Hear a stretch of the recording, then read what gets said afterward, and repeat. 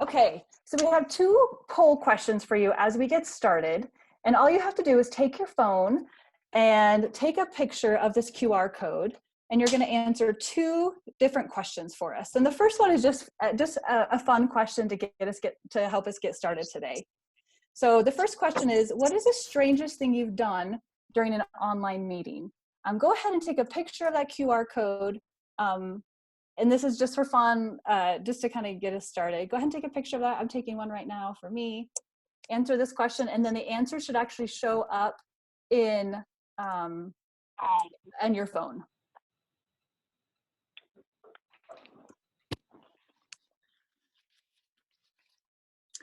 I'm on the phone, so I won't be able to do that. Go ahead, if you feel brave enough, you can put it in the chat box. So the options are, for those of you who are not able to, is you've cooked breakfast or lunch, you've wore your PJs, you've brushed teeth, you've watched Netflix, and then the last one is other, but my lips are sealed. So go ahead and put your answer in there.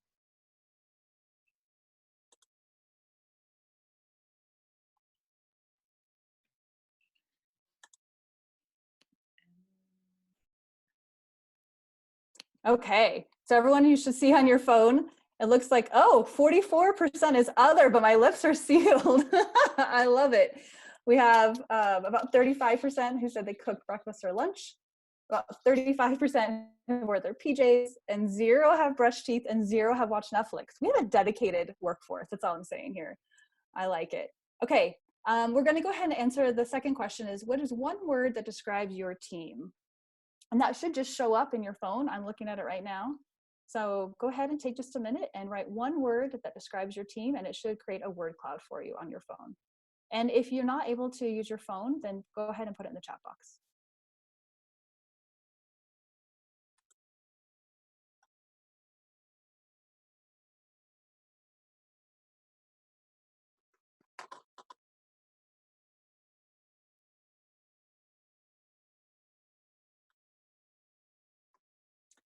Okay, so like I said, if you don't have access, it looks like in our chat box we have awesome, dedicated, cohesive.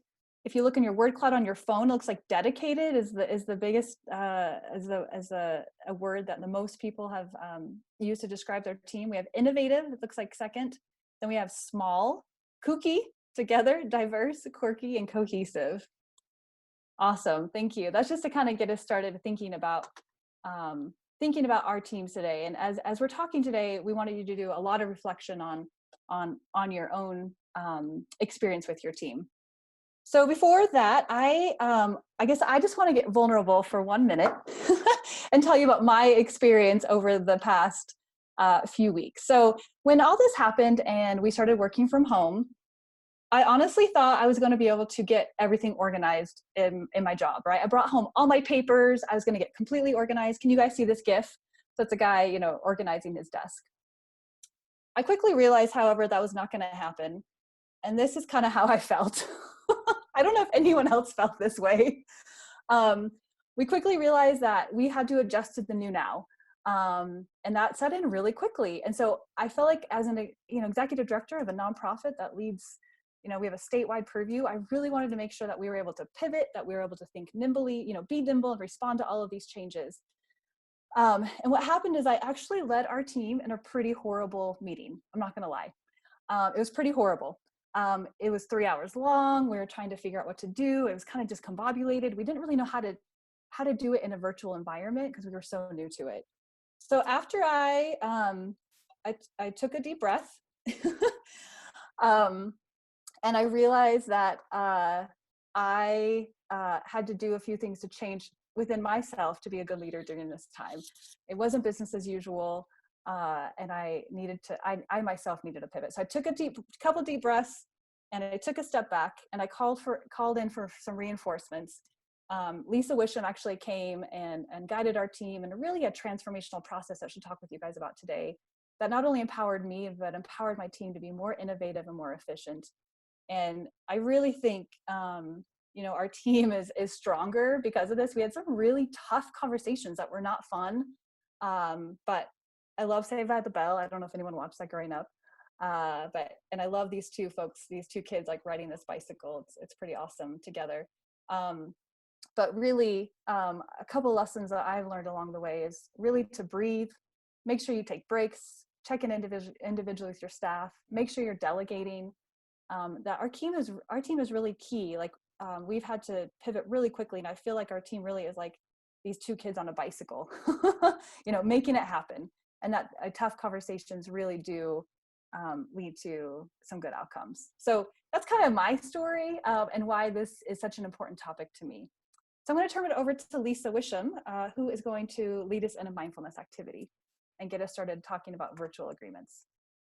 Thank you, Kelly. Thanks, everybody, for joining us this afternoon. I've been studying mindfulness now for a couple of years, and I'm still a novice. But one of the things that I believe, and the research is pretty clear, that mindfulness helps us, especially during this time, with relieving stress, keeping our blood pressure low, and boosting our immune system, which is incredibly important now, as much now more than ever. So what I'd like to do is take 5 minutes and lead us in a mindfulness activity. If you've never done any mindfulness activities, just humor me. Just take this opportunity to close your eyes. I'm going to lead you through for about a minute and talk you through the exercises. And then for the next 3 minutes, 2 to 3 minutes, I'm just going to let it be silent and let you all go through the process yourself. And then we'll convene in about 4 minutes. So if you would, get in a very comfortable position, as comfortable as you can be in your chair or on your couch. Make sure it's a quiet place and begin to relax your body. You can either close your eyes or leave them open or even half open. Start to pay close attention to your breathing. Notice the air moving in through your nose and out through your mouth.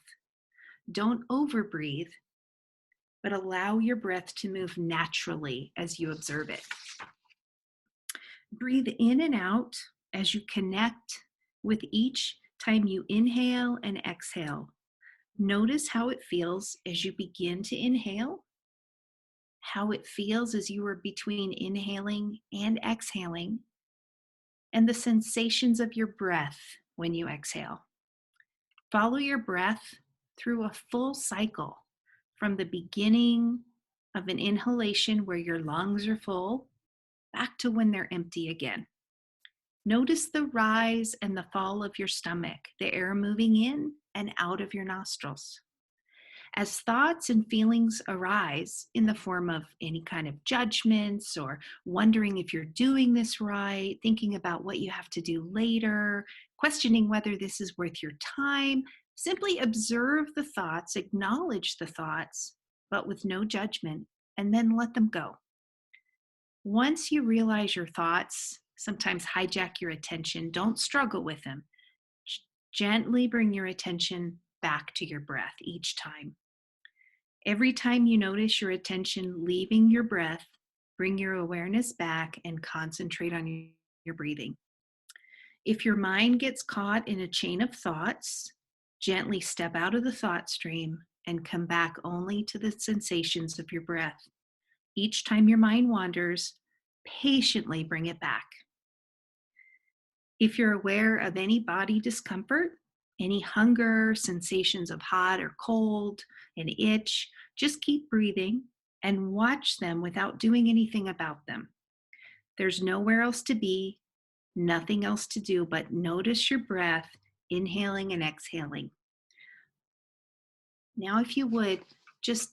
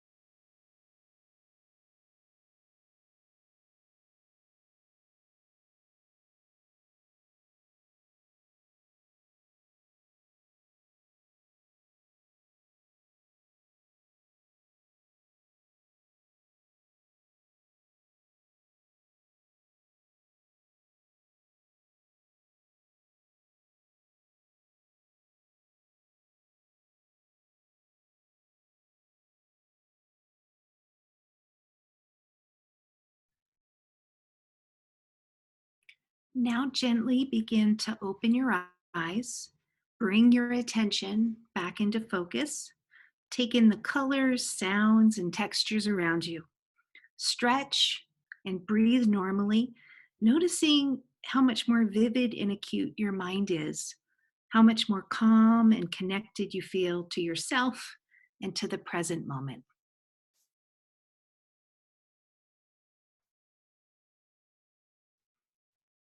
Whether or not you practice mindfulness frequently, or if this is your first,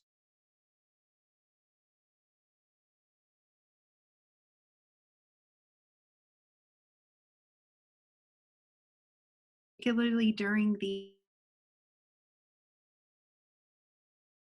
um, have the capacity to take a little bit of a break and do some breathing exercises and build that resiliency. So thank you all for participating in that activity. To talk a little bit about creating cohesion with your team through virtual norms. Sometimes we refer to them as norms. Sometimes we talk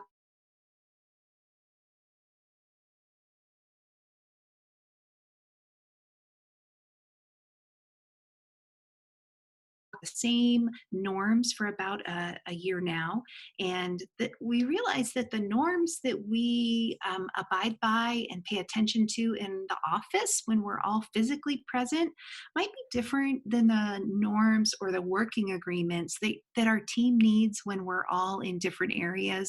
We might use the term norms, which I think most of you are familiar with, and working agreements. We can use them interchangeably. The reason we thought it was important to talk about these virtual norms and possibly think about creating new norms or working agreements with your team is to focus on behaviors and practices that are most important right now to your team's effectiveness. So what I'd like to share with you comes from an article. I gave you the link below, and it's specifically designed, it came out of Forbes, and it's specifically designed for remote communication and team cohesion during the COVID-19 world. Kelly, you want to switch to the next slide? Thank you. One of the suggestions that the authors of the article make is to have a team reset meeting, a time where your team comes together to acknowledge the changes that have been happening, and also acknowledge that return to a physical work environment may be some time away. So establishing that sense of community is critical. They also suggest that during that reset meeting, you're exploring challenges that folks are facing. Again, professional challenges, personal challenges, even getting vulnerable to say, emotionally, this is difficult and I'm struggling. Clarifying expectations is also part of that meeting, where the supervisor would clarify what his or her expectations are during remote work by the employees, and then vice versa. What are the expectations that the employees have from a supervisor in terms of communication and expectations? But we're going to zero in on that fourth piece of the team reset meeting today, developing those norms. Those are really powerful because these norms are going to help your team members identify how to best work together during this new reality so that your team can maintain that sense of community, transition through the change, and maintain or even improve team performance during this time while supporting the well-being of each team member. Kelly, next slide. There we go. So virtual norms can be very different from face-to-face norms. Again, with face-to-face, you might have had norms in your physical workplace, such as being an active listener, being mindful of your electronic use during meetings, pausing when a comment is given to allow time to really think through before you make a response. But then virtual norms can be very different. They could involve things like giving ourselves permission to take frequent breaks. I'm sure many of you have seen articles come out in recent weeks about Zoom fatigue, the detriment to spending all day in front of a computer, and how exhausting these virtual meetings could be. So a virtual norm for a team might be, we don't talk for longer than 60 minutes without a 10-minute break, just to stretch, get some fresh air, walk around a bit. It might also be giving your team members permission to say, please invite me to all these meetings, but if it's not a necessity, if it's not a priority that I'm there, I'm going to choose to opt out and focus on something else.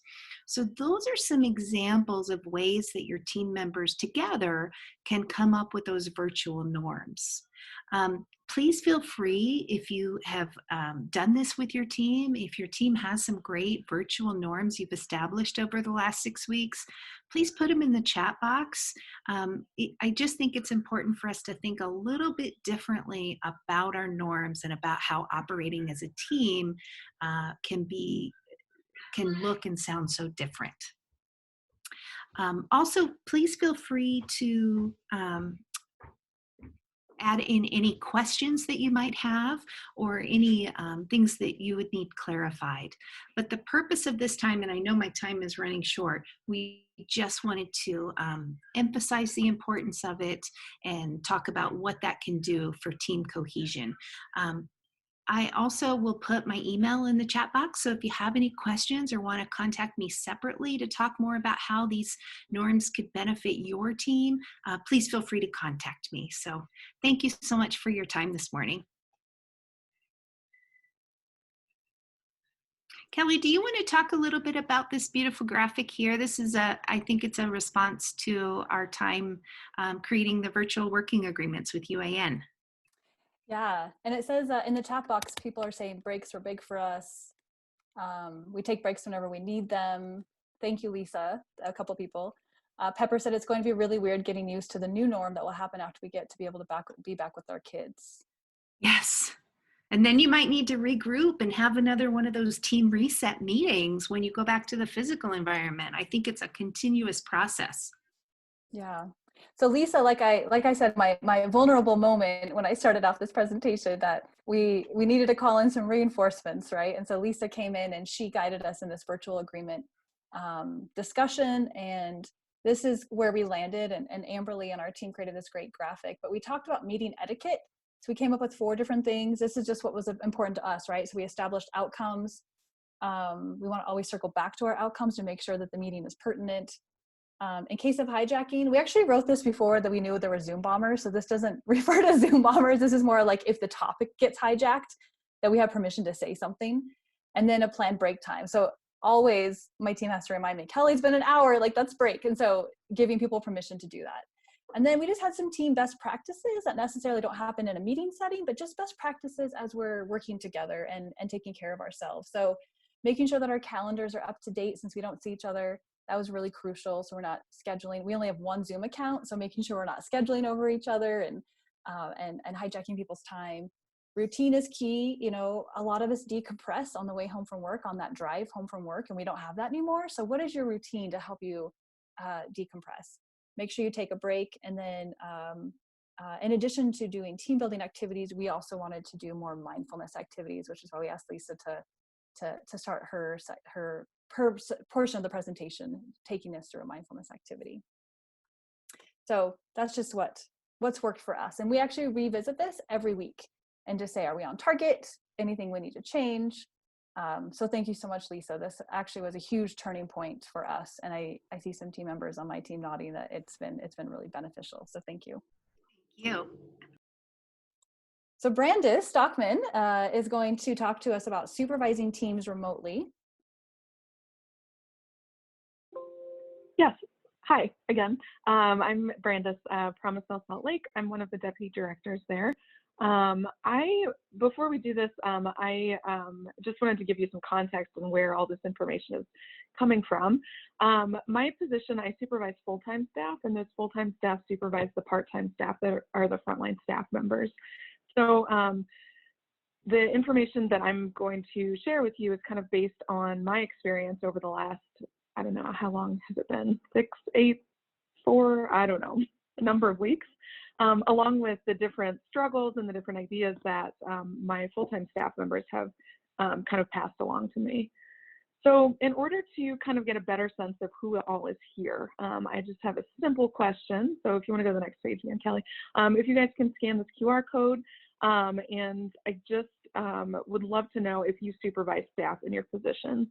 So if you can enter that, if you're not able to access this, you can just put it in the chat box. Yes, no, the options are yes, no, or it's complicated.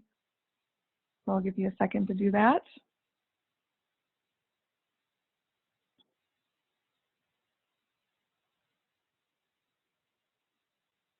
Okay, so it's looking like we are kind of split 60-40, maybe a bit higher on the nose right now.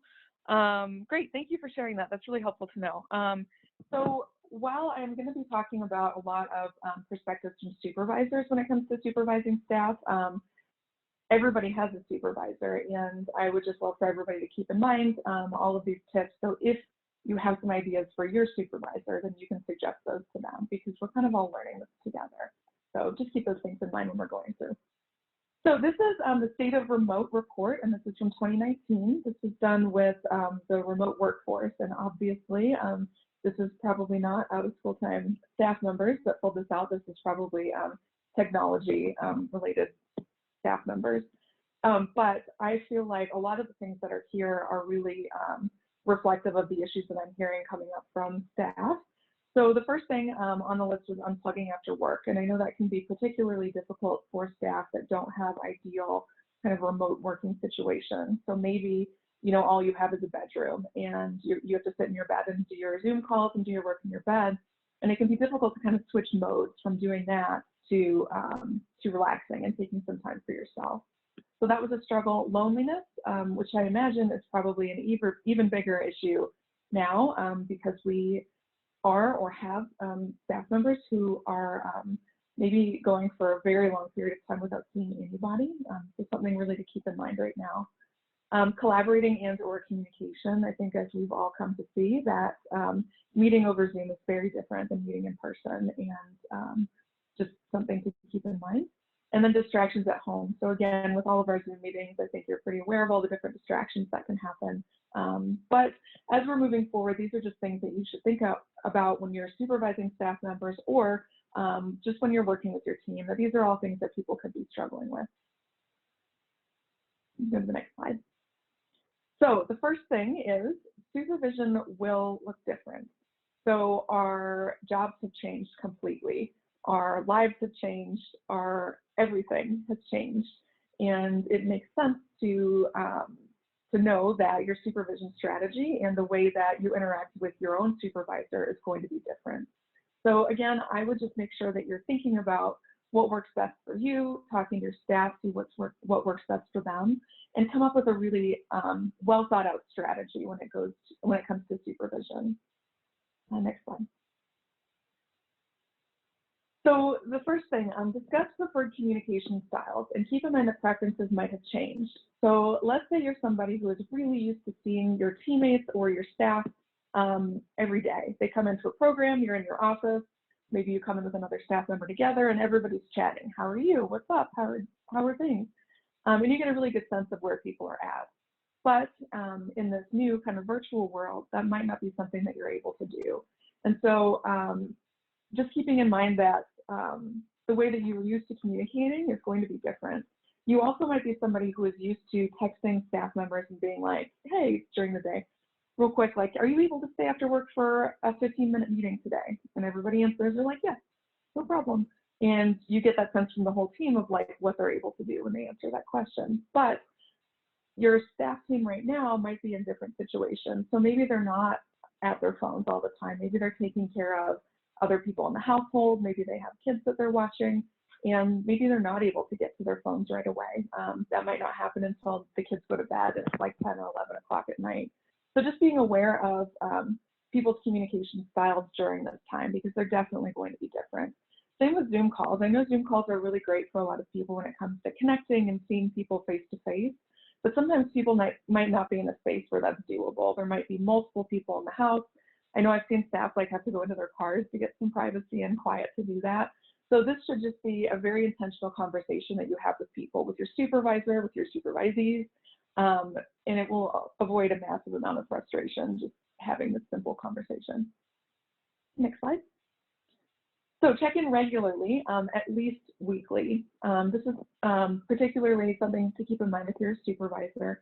Again, you're not having that day-to-day contact where you're finding out how your staff are doing. So it's really important to make more formal opportunities to do that regularly. Staff might be working on virtual programming, they might be working on some tasks that you've given them, and just staying on the same page and checking in about those things is imperative. So these are some ideas of things that you could do during your check-ins. I really like to have structured check-ins, and so I will make a list of all of these things that I'm going to talk about ahead of time.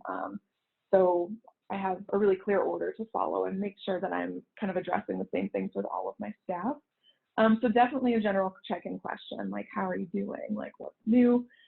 See what comes up for that staff member. I know right now is a tough time for everybody, and maybe you have a staff member that's really struggling that you weren't aware of. So that's just a great way to kind of get a good sense of where people are at.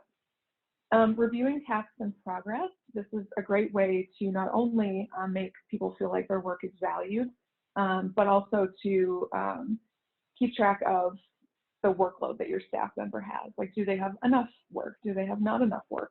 What does that look like? You can also take that opportunity to talk about challenges or issues. So let's say that there's a task on that list that you felt like should have taken like 15 minutes, but it's taken the staff member 3 hours. Then you can very clearly look at that on your spreadsheet and say like, hey, what happened? Like, do you need help with this? How can I support? And also sharing feedback. So I know in person, in programs, it's easy to see a staff member, helping a kid with homework. And it's easy to be like, oh, you did such a great job with that homework today. When you don't have that, and when you're not around the staff members all the time, it can be different when it comes to finding out, like positives from your staff.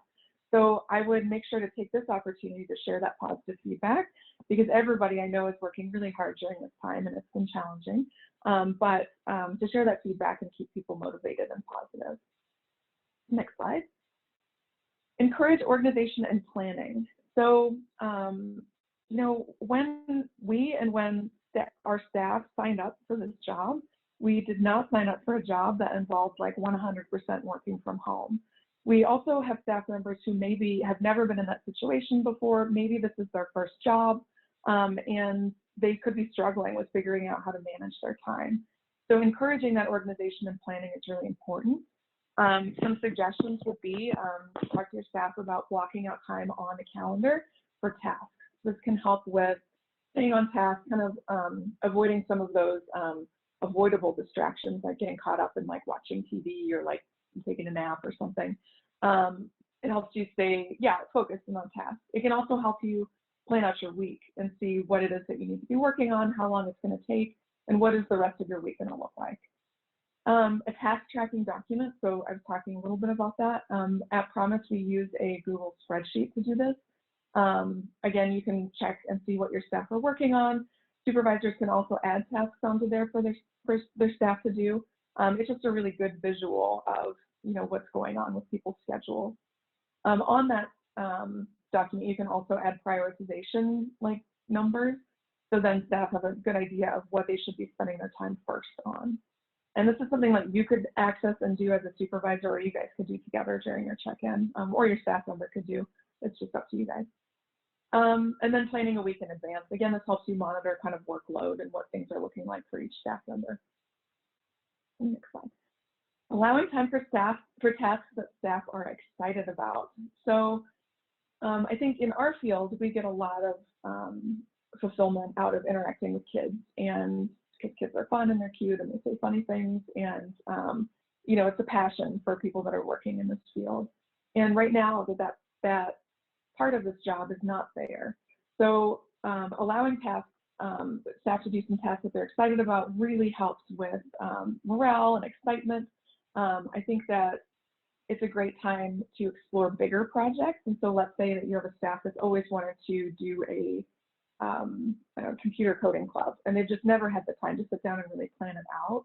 If that's something they're really into, then this is really a great time for them to be able to work on that. Next slide. Offer opportunities for staff to connect. I think if you take nothing else away from the things that I'm talking about here, like this would be the thing. Having these opportunities has been imperative with our staff team, whether those are things that are led by supervisors or by team members. It makes such a big difference. And this could look like anything. This could be, doing mindfulness activities together. It could be doing Jackbox games. It could be getting to know you activities, team building. I know UAN's going to talk a little bit about some options afterwards, but really I feel like through this and through our intentional efforts to work on team building, it's really brought our staff team closer together. It's just made a huge difference. So we built into our regular schedule. So we meet as a full-time staff team every week, and the part-time staff do with their supervisors also. We also have a Be Well Wednesday, where we spend about 45 minutes on Wednesday mornings and just do these fun things with each other. And it's been really helpful for people to stay connected. Next one. Encourage self-care. So this can look different for everybody. And I know for some people, we hear this a lot. But for some people that we work with, maybe they've never heard this before. They don't know what self-care looks like. And so this is really important to explore with your staff members. And just keep in mind, again, our jobs have changed drastically. And it's really important to be able to find that balance between work and life. And that is going to look different now than it looked when you were working in your office or working in a school or a program. Also keep in mind that we're not all in the same boat. And so while we're all living in the same general world right now, everybody's situations are different. So just because you are not dealing with issues of food insecurity, or you might not be dealing with issues of, massive unemployment in your family, doesn't mean that other people are not experiencing those things. And so just being really kind of mindful that everybody is in a different situation and being patient with people is really important right now. And remember to take care of yourself too, because if you are not taking care of yourself, then you cannot take care of anybody else. And figuring out what that looks like for you, again, it could be anything. It could be mindfulness. It could be playing video games, anything. Just find that place for yourself in order to really be the best person that you can be for the staff that you supervise and for your teammates. Next slide. And just remember that you've got this. You have a network of people supporting you. You have the whole field of out-of-school time staff that are here in the same position. You have supervisors, you have friends. Just remember to access your support networks and remember that you are here because you are the right person for these kids, that they need us more than ever right now. And that you're going to be able to do this. We're all going to come out of this stronger, and just keep positive and you're going to be great. So that's it for me. Thanks for listening. I hope that was helpful. Thank you so much, Brandis. When we were talking about this, Brandis had emailed me that she, believes that the greatest asset of any organization is her team. And you can tell that she's an amazing leader who cares deeply about her staff. And like I said, has put a lot of thought into what it means to supervise in a virtual environment. And I also appreciate that you said, if you're not a supervisor, we still think this information is really pertinent to you because you can take it back to your supervisor, right? And be like, hey, this is kind of maybe something I need to thrive in this environment. Supervisors really want to know how they can best help their teams, and any recommendations or advice from your team, I think, is always really helpful. So thank you so much. That was great. If you have any questions, please go ahead and put them in the chat box. We're always happy to answer them. So I'm going to turn our last little bit over, our last segment, over to Erica Andino and Angel Gomez. They are out-of-school time specialists on our team, and they are also the chairs of our employee relations committee. And they have really stepped up, and I wanted them to kind of highlight some of the things that they've been doing for our team, and take us also through a fun activity. All right. Yeah. Thanks, Kelly. And thank you, everybody. Thank you, Lisa. Thank you, Brandis, for the great tips and tricks. And strategies that you shared with everybody. We wanted to end this on sort of a fun note. Team building is something that we've kind of really picked up with our team, doing activities quarterly, monthly, weekly now. So, trying to figure out what we need to help the team just to feel like they are still connected through fun means. Because with a supervisor relationship to a staff, it's easy to have those one-on-one talks. Maybe not easy, I'm going to take that back. But to build, that whole team cohesion, sometimes playing games is the best way to do it. So Erica and I are going to go over our sort of what we've done in the past, our structure, and then we're hoping to play a game with you guys to wrap it up. Hey everyone, it's Erica Andino. I'm an out-of-school time specialist with the Afterschool Network. And following up with what Angel said, we're going to be talking about team building with you all. Some of the things that we have done prior to COVID-19, again, we've done quarterly team buildings, which is something that we try to schedule out earlier in the year. These are about 1 to 2 hours long, and we schedule them out so that everybody is able to make it and it's not focused around work. So it's time where we can all get together and just really focus on spending time with each other and having fun together. Some of the things that we've done are gingerbread houses. We've done a barbecue, and we've gone to boondocks in the summertime. And then also we scheduled a paint night, but that was before all this stuff happened. So we haven't been able to get to that yet, but we will do that. And then monthly 15-minute team building activities during staff meetings. So this is something where everyone in our office will take turns, lesson planning and activity. And some of the things that we've done are Holly, she planned a baby guessing game, and so everyone had to turn in pictures of themselves when they were young, and then we had to guess who everyone was, which is kind of funny because not many people look the exact same. And then there's also been tons of other things that other people plan.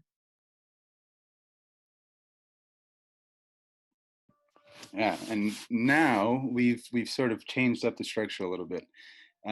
Because we're all remotely working, nobody's in the office, not having that face-to-face interaction that we did before. We've upped the frequency that we're doing our 15-minute team building activities. So now we have weekly meetings on Mondays, and then the first 15 minutes of those meetings are team building activities.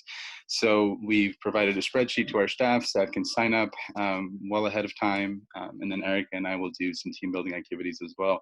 And it's really open to whatever people want to do. When we plan out the quarterly 2-hour team building activities, because those are a little bit longer, we'll ask to see what people are sort of interested in. We'll think of some different ideas, and then we'll try to present that to the team to see what people are comfortable with doing and what they will have the most fun doing as a team. So with the weekly 15-minute virtual team building activities, it's challenged us really to try to find different activities that we can keep our team engaged in and learn from each other. So Katie did one a couple of weeks ago that was like the newlywed game. So we were all paired up, and then she asked us different questions, and then what do you guys think? So that was a lot of fun because it allowed us to get to know people through those funny questions, and we had a good time. Chaz did a virtual Nailed It. So if you guys are familiar with that show, Nailed It, it's a cooking show, but this one was a spreadsheet. So there was like a unicorn playing a guitar with like a rainbow horn and everything and sunglasses on an Excel spreadsheet. And then our team had 10 minutes to recreate that image. So that was really cool too, to see who had Excel down and who didn't. So it showcased some skills. And then we played categories this past weekend using Google Jamboards. That was a new thing that we hadn't ever done before, but still some cool stuff. And then we're taking a True Colors personality test next Monday, so that should be a good fun time too. And then our quarterly 2-hour team building activities, since we had to cancel our paint night that Erica had mentioned earlier, we transitioned to a virtual 2-hour team building activity. And what Erica came up with, this was all her, was a murder mystery party for our team. So that was fun. We were able to find a murder mystery party for the number of people that we have on our team, and then we were able to facilitate that and guide our staff through it. So it was no work at all. It was 2 hours, just fun. And then after, we were able to have that. So it was a good time. Are there any questions regarding sort of these 15-minute and the 2-hour quarterly team building activities regarding structure or how to make it happen with your team? Any ideas? All right, cool. Kelly, if you would, thank you. All right, Erica, take it away. Okay, so we're gonna do a fun little virtual activity with you all today. This one's a little personal, which I would suggest for you all to do if you decide to play I Spy. This is actually Ben's desk, his virtual desk that he's been working from home. And we all sent pictures of our working space, and I was like, this is the perfect picture for virtual I Spy. So Angel and I picked out a few items, and if you want to chat or take yourself off mute, if you find it, let us know where it's at. So the first one is a smiley face.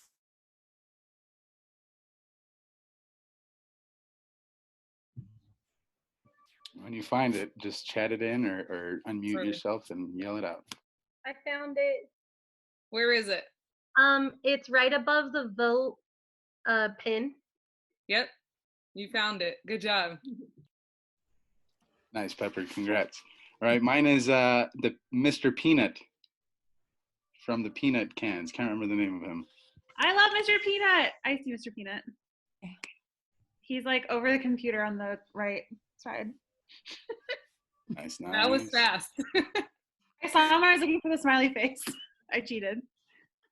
Okay, so the third one is a bike.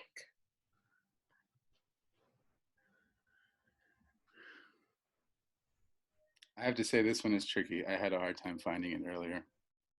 What are we looking for? Say it A again. bike. A bike. I thought you said a pipe or a fife. Bicycle. The picture to the left of the computer. Yep, you found it. That's awesome. Okay, and the last one that I have before we open it up, so whoever gets this next one will get to choose the next I Spy, is chapstick.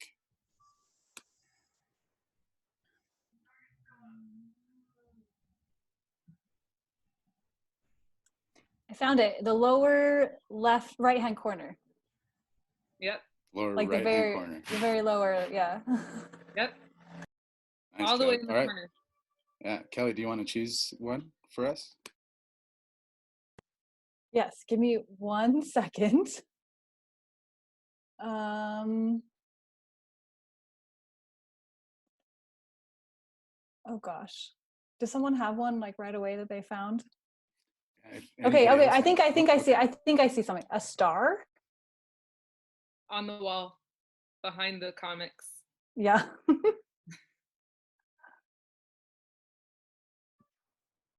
Amberly, do you want to pick one? You know I do. Let's see. Guys,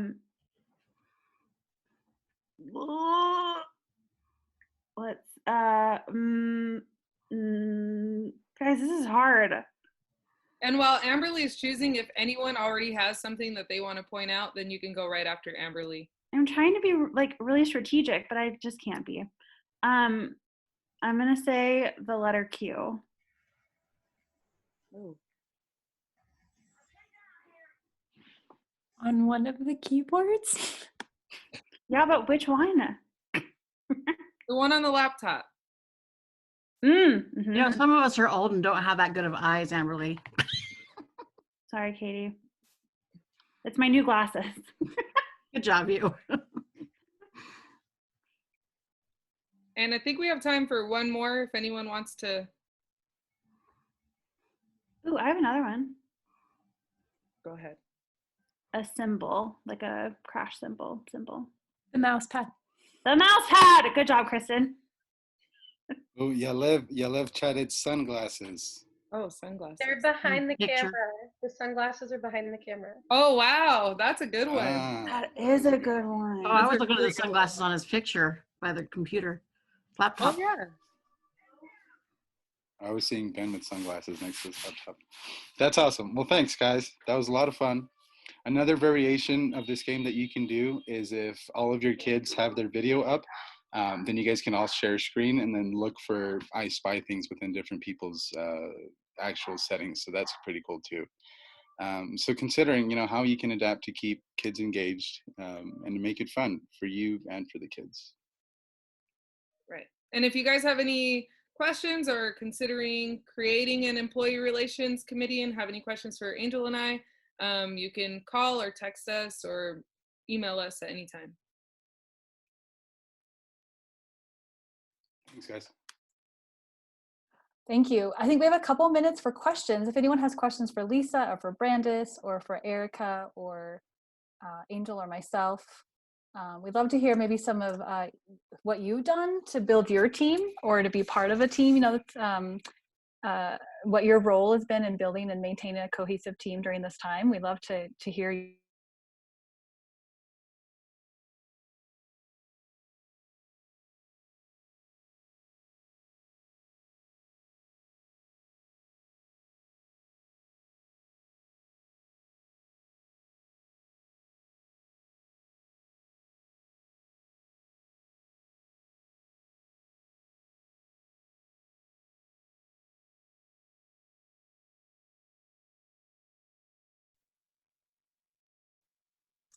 Okay, so someone else says, I was doing the same. I noticed lots of things that our boss is doing.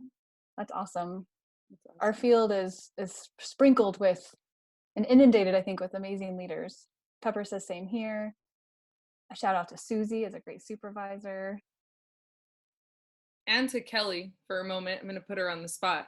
I don't know if other people have a chance, but Kelly dropped off a little surprise yesterday, a little snack to our doors, and just because. So that was nice of her.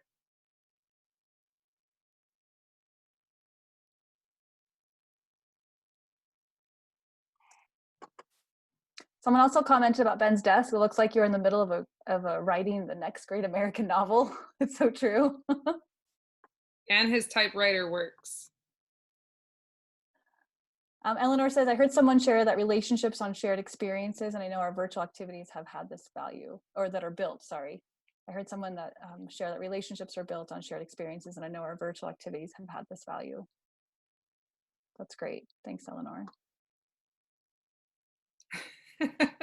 Brandis, I have so many questions for Ben. I don't even think he's on this call, so you'll have to email him. Well, as we wrap up, please scan to take the survey. We love to hear your thoughts about things that we can improve upon or other ideas that you have for future nuggets, or if you're interested in presenting on something. Go ahead and scan. I'll also put this in the chat box. Oops. Actually, I will take you to the survey, apparently. I will do that in just 1 second. We'll put that in the chat box, the actual the survey link, so you can have it, and you can take a survey and then also get a certificate. So how do I